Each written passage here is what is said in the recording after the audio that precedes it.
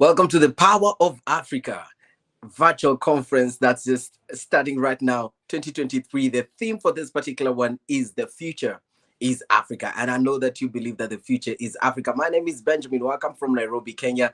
I'm a presenter and a radio host as well. And I'm so excited to have this encounter with you and amazing discussions that are going to come up from this platform. Now, this is the panel session on promoting Africanism through creative and media. We're basically asking, what is the future? And to bring us to this, through this discussion is the legendary actor, the great director, playwright, screenwriter, Selo Make Nkube from South Africa. Hi, Benjamin. Thank you, and thank you for the introduction, and thank you to be on this platform. My name is Selomake Kangube. There's a click sound there. I know, I'm always called Kankubi, but it's Kangube. There's a click. Yes, I'm an actor, a director, and a playwright. I started my acting, I think, at the age of 16, as an amateur, and then professionally, I started in 1981, and I've been acting since. And then later on, say again. I wasn't born yet. My wife was just being conceived. I started in 1981. Awesome. Awesomeness. Yeah. And yes, and it was. I think I also did throughout my career, I did The Lion King in London, and while I was doing The Lion King in London, I got the opportunity as well to do Othello with the Royal Shakespeare Company. And then while I was still in the UK, then I studied for my master's in screenwriting. So that's one aspect of me that has not been tested yet, of being a screenwriter and director for film and television. Though I've actually featured, quite extensively throughout my career. I also run a foundation after my name, the Selomake Kangube Foundation, which basically focuses on promoting the performing arts and using the arts as using the arts for social advocacy, but also working on establishing a performing arts academy. And my dream, with the academy is actually just to train actors to be multilingual. One thing that we have to recognize is that in order to preserve our cultures, we have to, basically use them, even especially in the art space. I was highly inspired by your compatriot, Ngugi wa Thiong'o. I read his book, Decolonizing the Mind, and I think that decolonized me in my own way. And I think I would say, that's the long and short of it all. And at the present moment as well, I do, incubations where I train young, performing artists and groom them, and start, doing shows with them. Awesome. Yes. Thank you very much. You're doing a lot, and we really celebrate you in Africa. My first encounter with you was on Generation. That was way back, but let's not get into that right now. Okay, thank you. His name is Manny King John. He's from Nigeria. This guy is a genius, and this guy is one of a kind, purpose-driven, goal-oriented, and literally an amazing guy that you need to meet. He went to make his partnering with Grand Cake, registering his entertainment imprint, Mo Barnes Global Entertainment, a music distribution and talent management company that provides and distributes music services, PR services, marketing, publicity, music. This guy has rubbed shoulders with, Pusha T, Dr. Dre, Rihanna, Dreams Baby, Beats by Kama, Victory, and the list goes on. Ladies and gentlemen, this is none other than John from Nigeria. Hello, everyone. I'm honored. I'm excited to be here on this panel, Power of Africa 2023. It's an honor. My name is Manny King John. I'm from Nigeria. I'm an Igbo boy. I'm from the eastern part of Nigeria. I like to always say that. All right. Where I'm from. I own More Band Global Entertainment, which is a distribution company, a music distribution company, a talent management company for artists of all genres. You know, we don't like to limit ourselves to any genre. So if you have or you know an artist that wants to release music, you know, it's our space that he or she should come to. And I'm also a member of the Grammy Recording Academy, and I'm the editor in chief of the Grammy recognized publication Grunge Cake. I shuffle back and forth from Lagos to Vegas. That's how my year goes basically, because I have work to do in both the United States and in Nigeria. So I'm honored and I'm glad to be here with you guys at the Power Awesome. of Africa panel. Awesome. Thank you so much, Manny King. I have two things to tell you. Number one is I can sing. And number two is that I ate jollof rice in Ghana. And they say that Nigeria has the original one. So I'm waiting to, test that and know how it goes. Please, by all means, please come taste it, and you have a testimony to give. All right.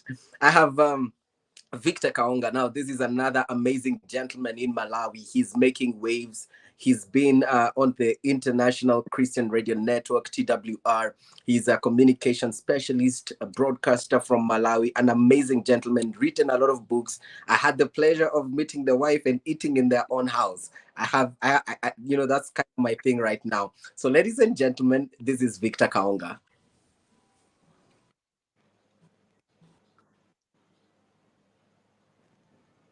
Victor, please just put your mic on for me, if you don't mind. I'm muting.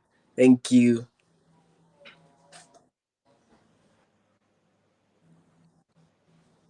All right. It is refusing. Okay, just look at it again as I bring on this amazing lady. So you just try and work on your mic as I do this. Jazara Agemang.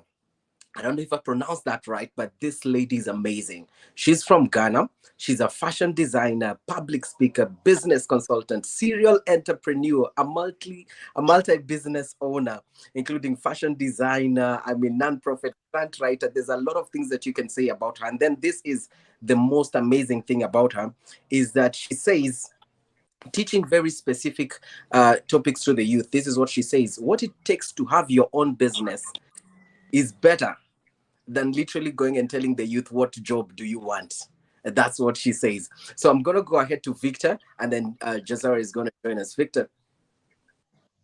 So thank you very much, Benjamin. Again, just introducing me. My name is Victor, and my middle name is Ndaga. Ndaga means thank you, and it's a local name because my first name is in English. I really wanted a local name, so I had to look for one for myself. So my full name is Victor Ndaga Kaonga. I'm married for 22 years, and we have 3 daughters and a son. I'm delighted to be part of this panel. Communication, issues of media have been part of my blood for many years. I've been working in especially broadcast industry for 23 years already. Right now, I'm working largely overseeing the work for TWR, that's Transworld Radio in Southern Africa. So I'm delighted to be part of this. I like introducing myself as a broadcaster, as a farmer, and an author. So I have a title of a book that sometimes Africans find offending because they say it's a bit uncultural, and the book is titled Holy Sexual Intercourse. So there are all these things. So how can you combine that? But anyway, I'm delighted to be part of this. Thank you so much. All right, and I'm sorry for marketing you. It's right here. And from a listener to you. me. All right, so I'm yet to eat with Selo with my Victor's house. All right, so I have another lady with me, another amazing one, Jazara. Now, this is a fashion designer. I've told you all about her. If we can just have her, she's a facilitator, philanthropist. She believes if you speak to children differently, they will literally become everything they're supposed to. And because she's the only lady in this panel, we're going to favor her. How are you, Jazara, today?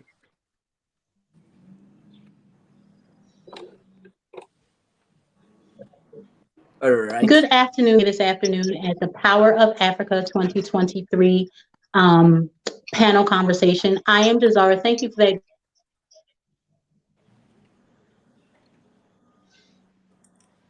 All right, Jazara, I think I'm struggling just a bit to get your audio and your picture as well.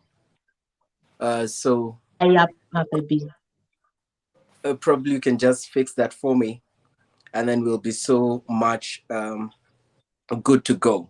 So literally, this is the panel session on media, on arts, and on culture. And we are talking on a very interesting topic, promoting Pan-Africanism through the creatives and the media. And all of you are people that have been in that space. You have seen where, Africa was, where Africa is, and where Africa is actually supposed to be. And as the topic for this discussion is Africa is the future. So probably to just get a 1 minute understanding of where Africa is as it relates to all this. Selo, in your field, where is Africa? We extremely interested. Thank you for the question, Benjamin. Yeah. Mm-hmm. Where we are at, we are in a very deep colonized state. Wow. That's my perspective. Mm-hmm. And I say that because if you look at what South Africa has gone through, I think South Africa was the last to be liberated in the whole of Africa.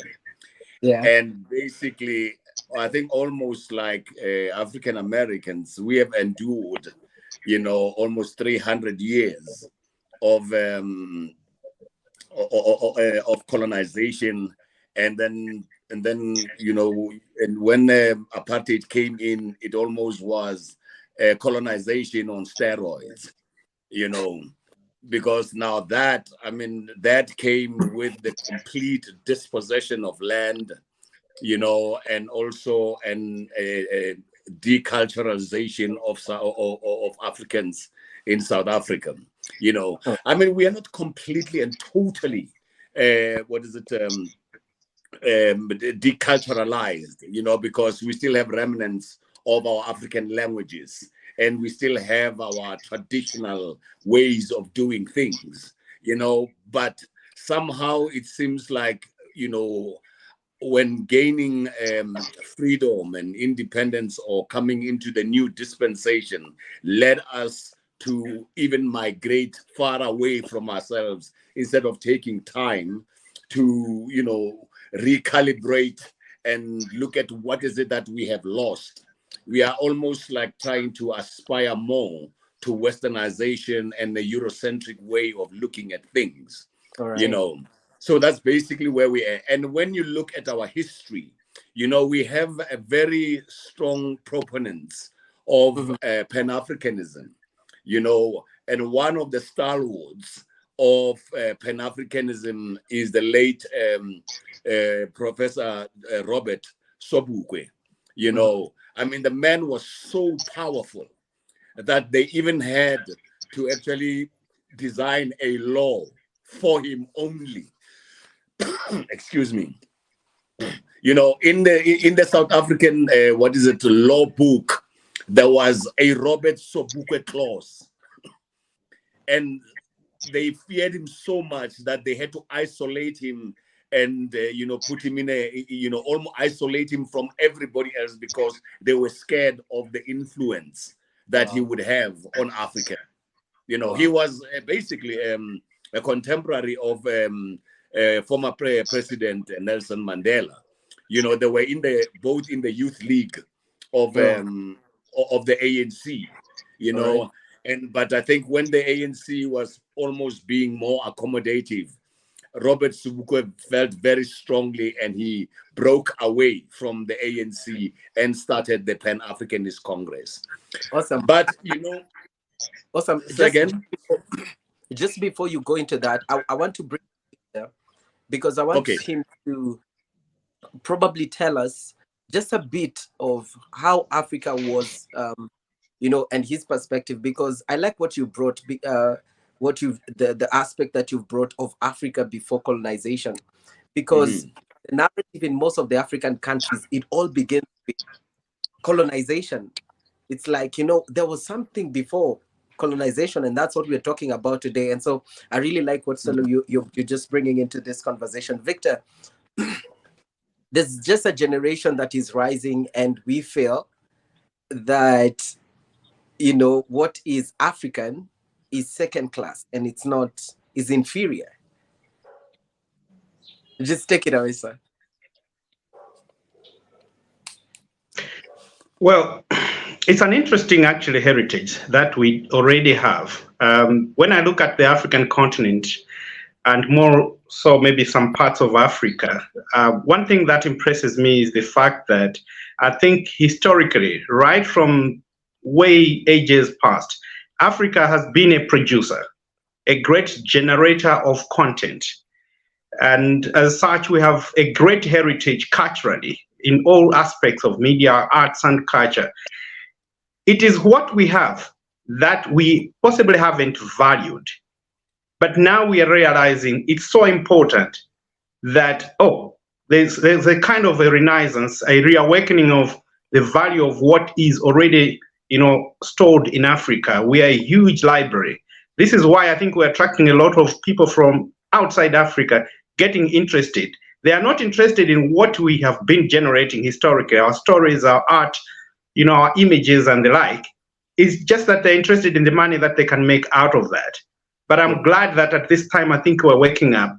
So yes, there's been colonization, but I think gradually we are getting out of that.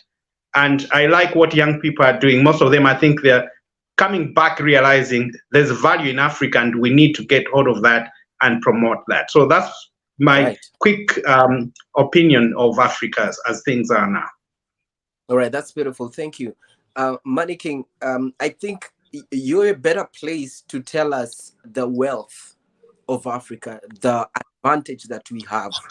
When you are looking at everything you do on a global perspective and you put your eyes down, there's what you see. And you see the advantages where Africa is missing it, where young people are missing it, where we are trying and where we're actually hitting it, and we should continue in that breath. What would you have to say about that? Okay, first of all, I want to sound a disclaimer because I might make some statements that some people might term as politically incorrect, but I'm an African and I would say and project the views of Africa. Here's the thing. So looking from outside, there's people who want to prey on the resources of Africa, like you've mentioned. They recognize that Africa is a wealthy continent, is a well of riches. So they want to prey on what Africa has to offer. Yeah. Looking at it from the outside, there's people like that. So my own opinion on that would be, we as Africans, first of all, you talk about Pan-Africanism, we need to recognize that we are one people. Yeah. And there's nobody that's going to come from outside that's going to try to make this thing work. Look at other should I say other races. There's some sort of common ground between them. But you see with the way what is taught in books, what is taught in schools, they try to tell us that our tradition, our culture all started from slave trade, from the Atlantic slave trade. But meanwhile, that's not what it is. That's not what it is. Africa, before all of this, was the genesis of civilization as we know it. Even as we like to divide Sub-Sahara from the northern part of Africa, that is Africa. Johnson, the education that we accept today as our education it wasn't created by Africans.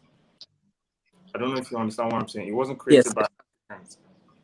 It was learned from these European people. Yeah. It's not even our parliament, our legislature, like our government system. It's not even an African-based.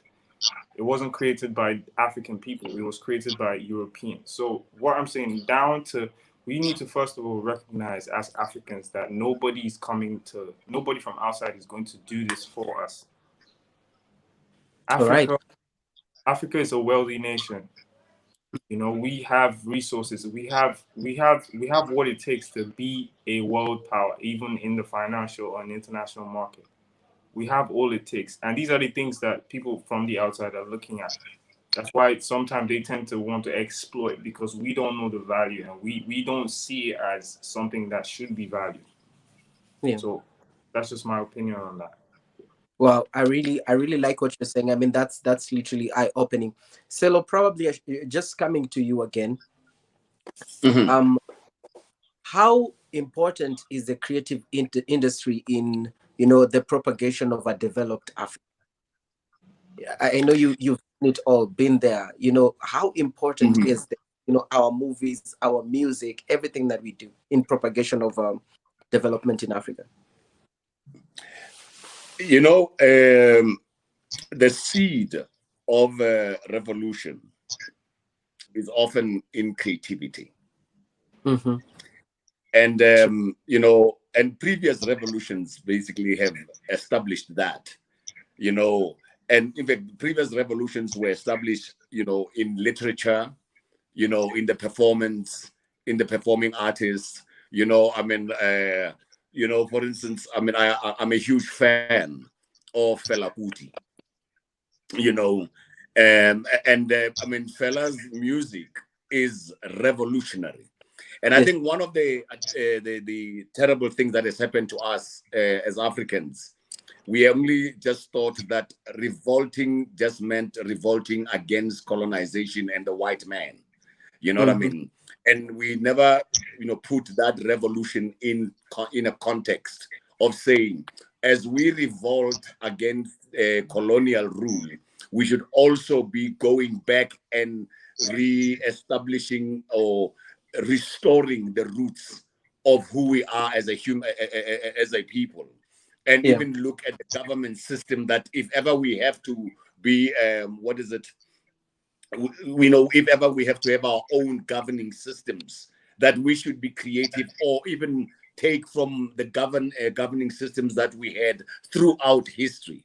I mean, Yeah. the richness of Africa goes way back, even beyond the the year to over the 10,000 years. You Yes. know, Pythagoras came to study maths in Africa. You know, we were the very first to establish, you know, pyramids, and that is, what is it, mathematical Yeah. Mm-hmm. you know, measurements that were made, you know, that were employed in creating all that.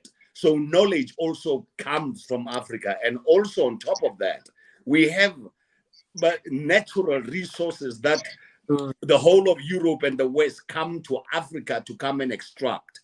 At the moment, I think we are basically like just being failed by our leaders, by those who led us and those who took power from the white men and never came back and say, let's sit down and talk. How do we restore ourselves? But the creative arts is a very strong tool. Look at what Yeah. makes America great. Mm-hmm. America is made great by its movies, by the music, you know, that they use as a way to infiltrate the whole world. You know what I mean? When I grew up, I mean, we grew up, I mean, listening to the Teddy Pendergrasses, you know, the That's OJs, the Temptations, and all that. And that just shows the power of creativity, you know. And we have to recognize as Africans that we've got now to sit back and now start recreating and reimagining how we want awesome. our environment to be like. Awesome. Let me leave it. I will leave it there. And I'm going to bring in Victor. Victor, what is the importance of creating African content, you know, and young people just committing themselves to generate?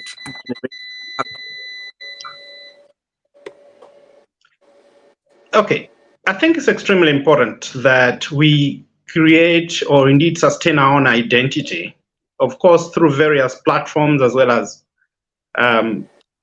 formats, because they add identity to us. They are part and parcel of our value.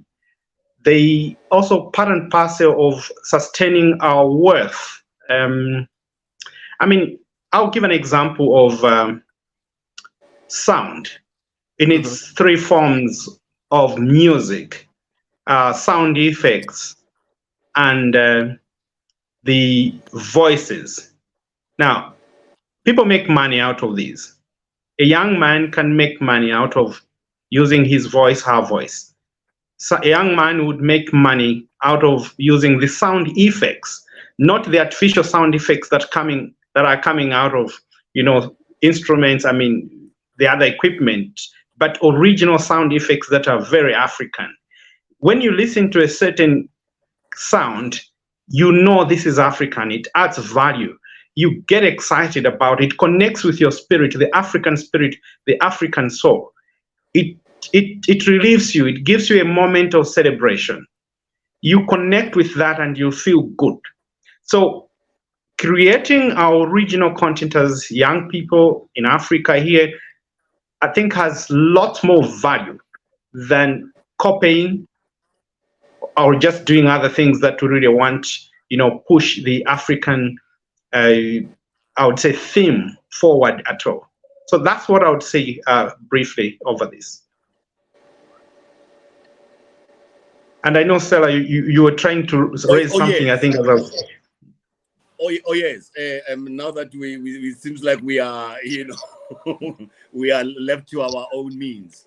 But to agree, I agree with you, Victor. That there is just so much that we can create. And as you were speaking, I was reminded of, for instance, take Bobby McFerrin. What Bobby McFerrin did. And especially what was it? There's this, the very first album of him that I saw was called Spontaneous Inventions, and where he's like, and just, using his body as an instrument and his voice as an instrument, and making music, and that is something which, today I was actually having a final callbacks for the incubations that I'm running in Soweto, and I got about 22 potentials, and basically I was basically casting them on the basis of their voices, and I'm going to be taking them into a whole journey of us, learning how to use their bodies as instruments that they can use to, in performance, be it acting, drama, and dance. And these are some of the things that we are very, gifted in, basically, because when you grow as a Black child, you grow with song and dance as part of your upbringing. When there is a wedding, there is song, there is dance, so this whole thing, it's not something that you even go and try and learn, from school. It is in your DNA as you are growing up, and we have to go, basically like look deep into enhancing that and now making, professionalizing. But also one thing that I'm also concerned about is that we should be consider what kind of content are we making. And we, Ngugi, I think he wrote Decolonizing the Mind. And I think a sequel to Decolonizing the Mind was a collection of essays which he called Moving the Center.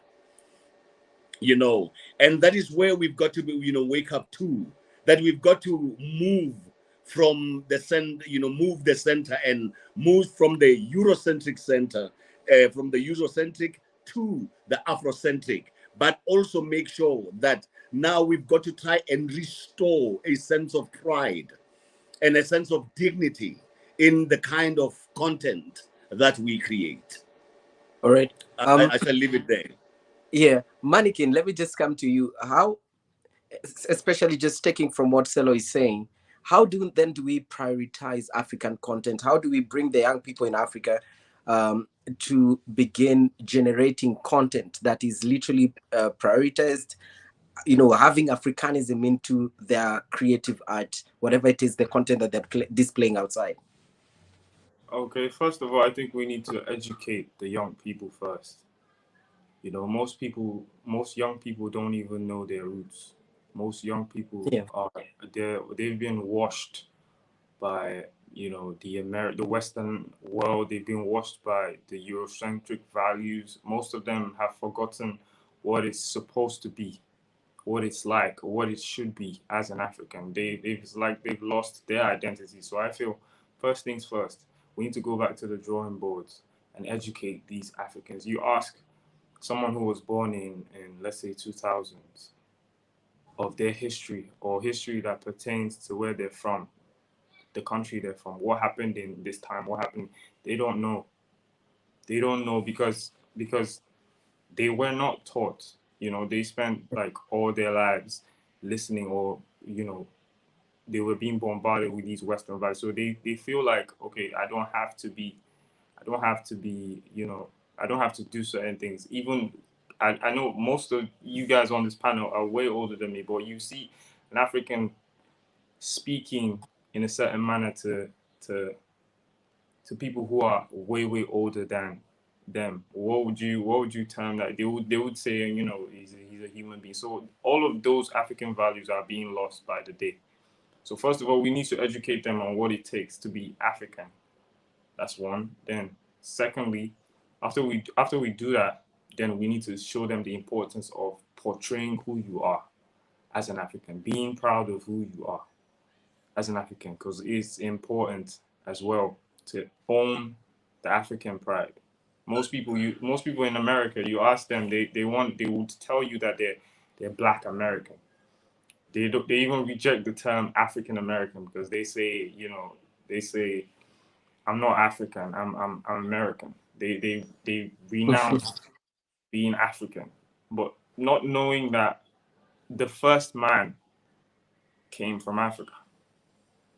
You know, everything spans from here. So I feel like we need to educate them and then make them proud of who they're supposed to be. So that's it.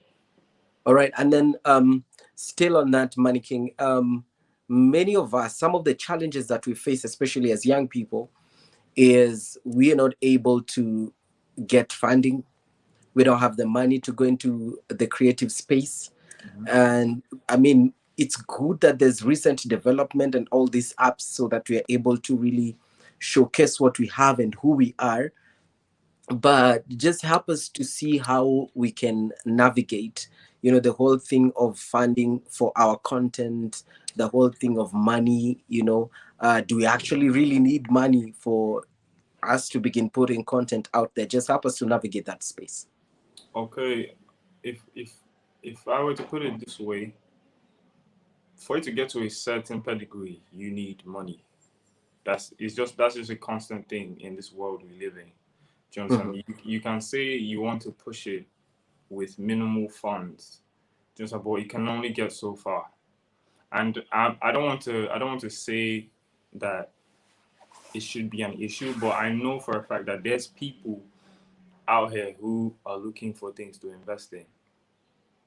Do you understand? They have unlimited resources, but they're just looking for something that makes sense. If you have a clear structure from A to Z of how this is gonna go, and you pitch it to them, then I see no reason why anybody shouldn't get funding. You understand? Some artists that I've worked with, they don't even sign to record labels. They have independent sponsors who sponsor their entire career because they have a laid out plan from A to Z that works. You know, it's one thing to have the formula, and it's another thing to have a formula that works. So that's just what it is. You should have a clear plan of how it should be from start to finish, and then funding would be made available. All right. I really like that. Please, if you can jog a few of us on that, would be very good. Selam, I'm coming to you. Kindly unmute. Yeah. There we go. We go. I like it that you manage talent. So please just pick up from where Manny has left. You know, actually, I wanted to say, Manny, just give me those contacts because I can talk to those people. Give me those contacts, you know, people who've got unlimited resources. Let me speak to them because I'm sitting here with projects, you know, that actually just needs, and I think they've got direction. You know, we can debate that on, you know, in the boardroom. Definitely. Yeah. Thank you. You know, I think when as Manny was speaking, I was just realizing how my generation is actually going to be terribly judged by history. Yeah. Because the teachings that Manny is talking about, they are the teachings that my generation was responsible to making sure that it passes on that, that education and that education of history. But you must, bear in mind, and like I said, colonization has been very, very deep, and to the extent that even people of my generation, when we look at ourselves, there was a lot of self-hate. And when we hate ourselves, in South Africa now, you find a lot of Black children who are growing, during, like this past 30 years, they can't even speak an African language. Mm-hmm. You know what I mean? And all because their parents think that when you're sounding English, when you speak English properly, it's actually a sign of intelligence. And it is not. And one thing is, I foresee them, getting into a point where they will actually not even identify as Africans. Mm-hmm. They will actually say they are Black South Africans. Because what is it that is going to be African about them, except their names,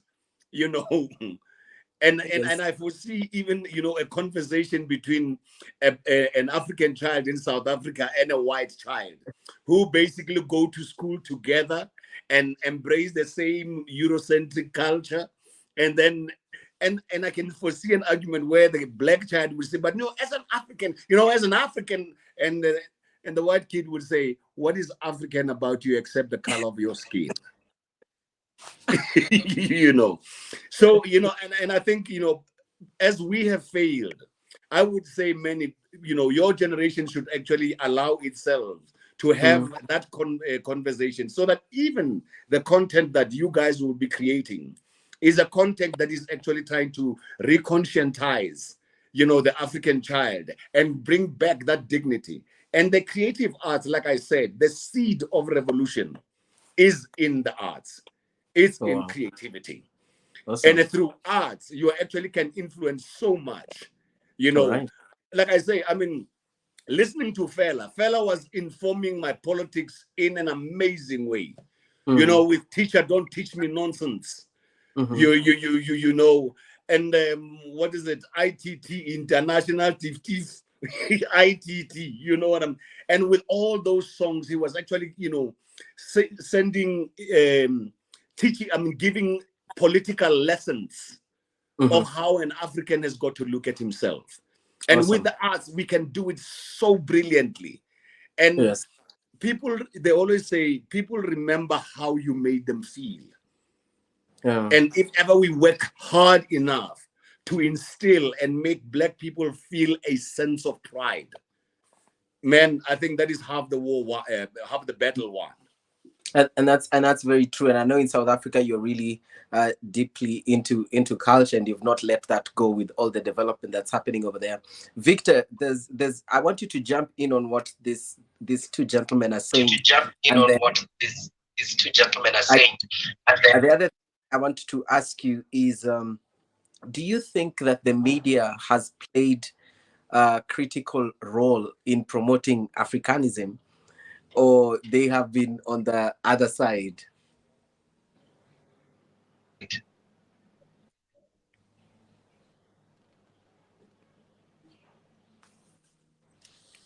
I don't know if Victor is hearing you. Okay. Yes, I've heard you. Thank you. Okay. Well, just a couple of comments on what I've heard. I to begin with, I'm a strong believer in the fact that if you have a good idea, it will find funding. So our young people need to be encouraged that whatever idea they have, if it is really good, it will find funding. They should not be worried. Secondly, it's good to start with what you already have. What is it that is already in your hands as a young person to start with, to promote?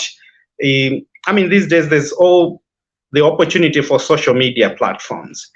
Even a simple blog, how many are our young people blogging? How many are young people having websites which are so easy to create, and then they can upload the content that they're generating, which is African? Sooner or later, the promotion gets amplified. People pick that up and all that, because globally, the challenge is that in Africa here, we've been consumers of, products, from the West. And of course, they have had all the strategic reasons for creating and, pushing that content to Africa and all that, because it's part of their agenda.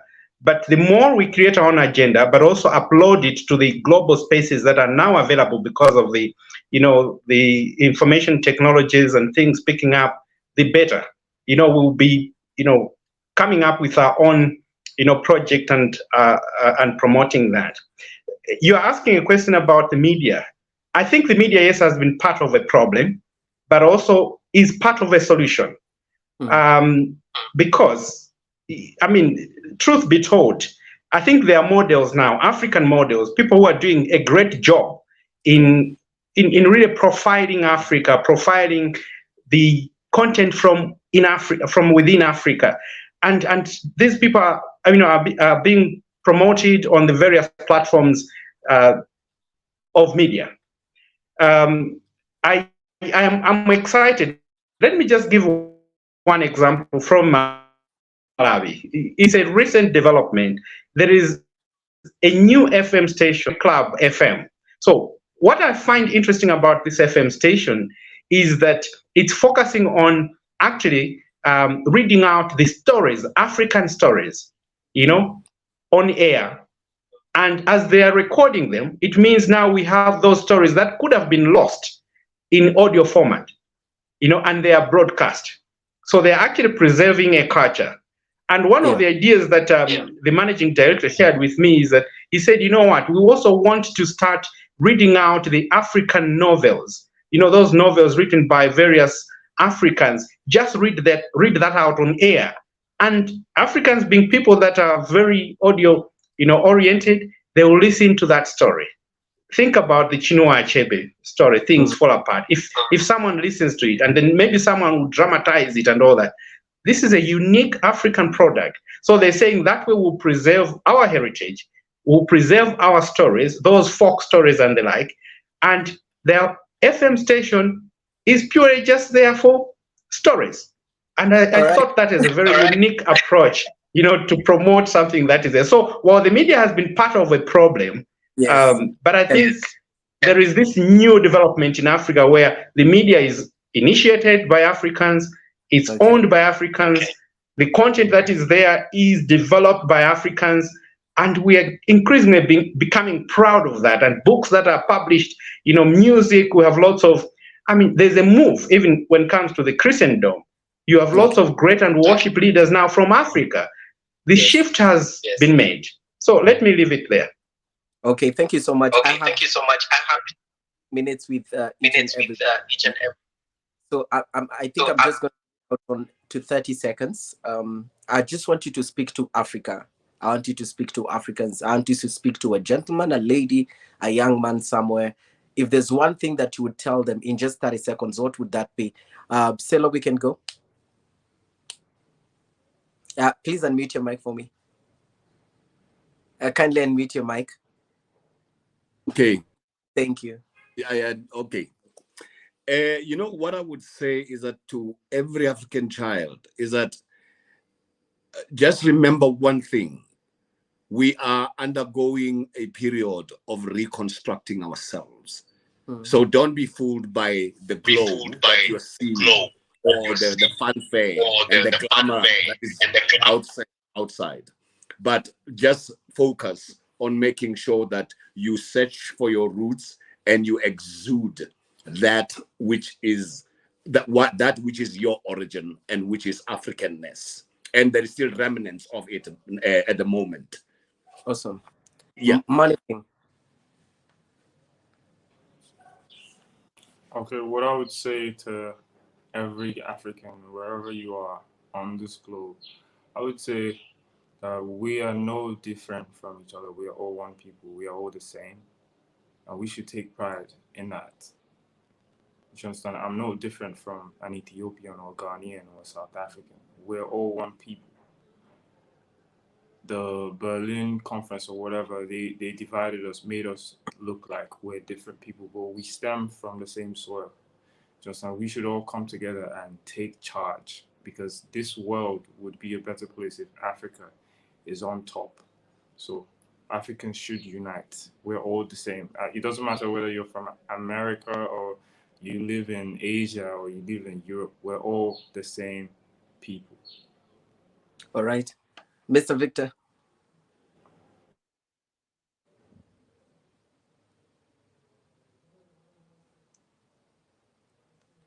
All right, I seem to be having a problem. Okay, yeah. So let me say that, first of all, identify yourself in your community. Who are you in that community?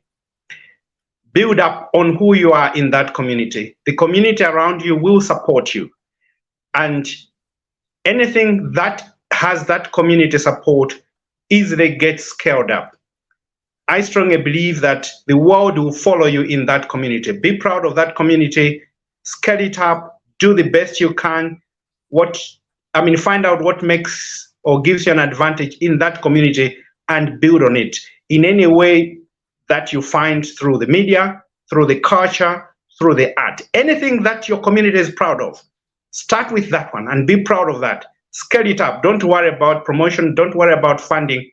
The funding will follow you. The promotion will follow you. The world has changed. It's looking for people like you, and you will be the future for Africa. All right. Thank you so much. I don't wanna. You guys have spoken well. The Council of Wise Men. So I really appreciate it. Thank you, Selo, so much for making time to just speak to Africa and the work that you're doing. Please keep on doing it and keep on moving, encouraging the young people. Manny King, we're so proud of you. You literally represent what we can achieve, what we can become, and the opportunities that are available to us. Victor, it goes without saying, thank you so much for championing, African content in the media, creating solutions for African people through the media space. We really appreciate you for that. And every one of you, thank you for just watching and, just hanging out with us as we discuss this. This is Power of Africa 2023. My name is Benjamin Walker. It has been amazing hanging out with you. See you.